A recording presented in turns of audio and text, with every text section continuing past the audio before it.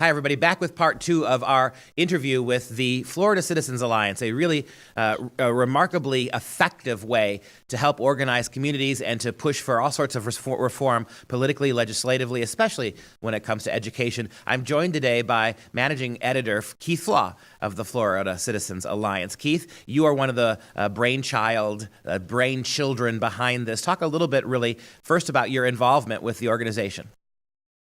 Well, I've been involved as a founder with Florida Citizens Alliance for about 4 years now, and we started out focused on two issues of liberty: Second Amendment preservation and stopping Common Core. We've migrated to focusing on K through 12 education.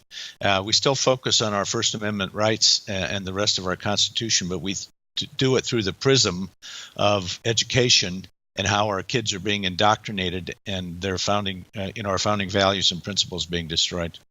Primary education and the Second Amendment, those are two hugely important topics. I know over the years you've had some disappointments. Give us a couple of those initiatives that fell a little short of what you would like them to be.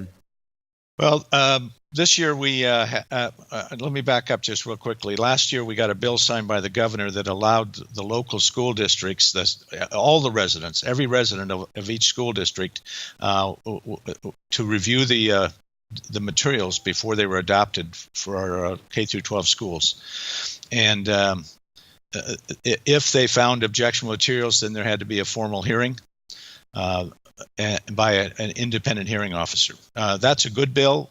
We got a lot of groups here in Florida now that are focusing on that at the local level. What we tried to do this year was fix it at the Department of Education level, the Florida Department of Education, and we wanted a bill that would help clean up the materials that they're approving, because many of our counties still buy off that list, that approved list. So we worked for the last year. We thought we had a bill that was going to be a great bill. At the end, the legislators got a hold of it, and it ended up being a bad bill. And so after 7 trips to Tallahassee, which is about 7 hours each way for us, we ended up going up the last time to kill that bill. So that was a major disappointment, but at least we didn't take a step backward, and we'll be there in their face next year trying to get that bill passed. Yeah, it's a wonderful initiative, that bill. It's just a shame that happens so often. So many good bills that ultimately get sponsored and get pushed through, by the time they're done, right, they're done messing with it. They're very different than what they started out to be. That's exactly right.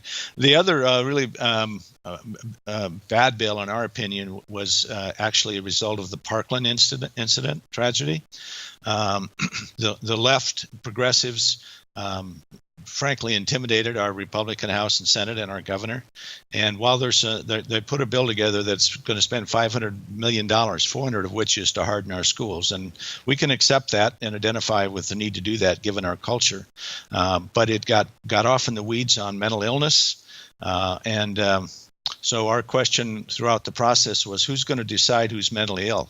Who are the mentally ill police? Unfortunately, that bill passed because of the stampede to do something after Parkland. So those were two disappointments for us this year. But we had some really good things happen, so I'd like to share those with you. Yeah, I know there's at least 3 things in particular. You guys have done a lot of good work, but we've got 3 things we want to talk about in particular. Give us the first issue that you think you really made a difference on. There was a massive bill. It was actually a 207-page bill, just called 7055. It has been and will continue to be very controversial. It has 3 provisions in it that we strongly supported at the Florida Citizens Alliance level. The one you actually interviewed Alex Newman a couple of weeks ago on "In God We Trust," and at that time, that language had only been passed in the House. It subsequently passed in the Senate, and as part of 7055, the governor signed the bill. So we're really excited about the fact that now every school district in Florida has to prominently display the state motto, "In God We Trust." So that's a big plus for us. Second is a bill called the Hope Scholarship Bill, which begins to break the bank or the monopoly of the education of the funding of education. Today in Florida, we have some 13 bills laws that school districts are supposed to use to deal with bullies. None of them are victim or focused. So this bill, what it very simply does is it allows a parent who has made a formal objection to their school district for their child being bullied, and there's a fairly wide definition of bullying, that the principal of that school has 15 days to satisfy the parent, and if the parent's not satisfied, then they get what's called a Hope Scholarship, which allows the parent then to send their child to another public school, and it pays for their transportation to do that, or they can select a private school and send their child to a private school. So, there's a bit of a slippery slope there when you start to get government involved in that kind of thing. But in our view, the system is so broken. The K through 12 system in our country, and particularly in Florida, is so broken that you have to break the monopoly power of these of these establishment schools, and this begins to move in the right direction. And it is a victims bill rather than a establishment bill. Before we move to the third thing that you were going to talk about today, congratulations on the "In God We Trust" motto. Are any schools, I'm just really curious, any schools pushing back, any schools refusing to do this or putting up a fight still? Well, it's the bill's been signed by the governor, so it's a bit premature. I know when I announced it at our local school district meeting here just after it had passed, 3 of our 5 school district school board members, they just literally visually, you could tell they were objecting to that and didn't like it. But it's a little premature to find out if anybody's going to push back. Okay, good. And then you had one more major success over and above what you just mentioned, and this is important. Talk about that last one. Okay, the next, it was all part of that 7055, but it was a union certification bill. And for those who were following 3 or 4 years ago when Governor Scott Walker broke the monopoly power of the unions in Wisconsin, he did it by a recertification process. Speaker Corcoran, Florida Speaker Corcoran, along with the leadership in the Senate, passed this bill 7055, and it requires a union recertification every year.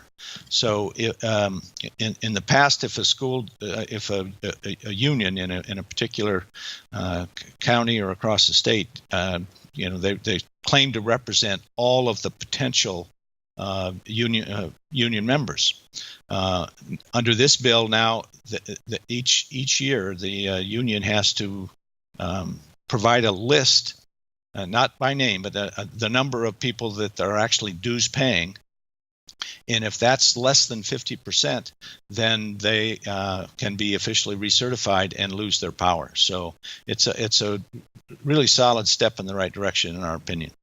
Keith, that's wonderful. The second, besides the "In God We Trust," which is a wonderful symbolic move, you're going after the unions, particularly the teachers' unions, which are so entrenched and corrupted, and you're also trying to take apart the funding mechanisms for these schools and give parents options. I can't think of better ways. You're taking basically a sandblaster to the foundations of some of these core, really radical leftist positions. Thank you so much for doing those things. Okay, well, we work 24/7, and we've got we're now working with about 80 different groups across the state, and we're starting to make a difference. So we're going to keep at it. Keith Flaugh, Florida Citizens Alliance. Thanks for the time today, and hopefully we'll have you on again soon.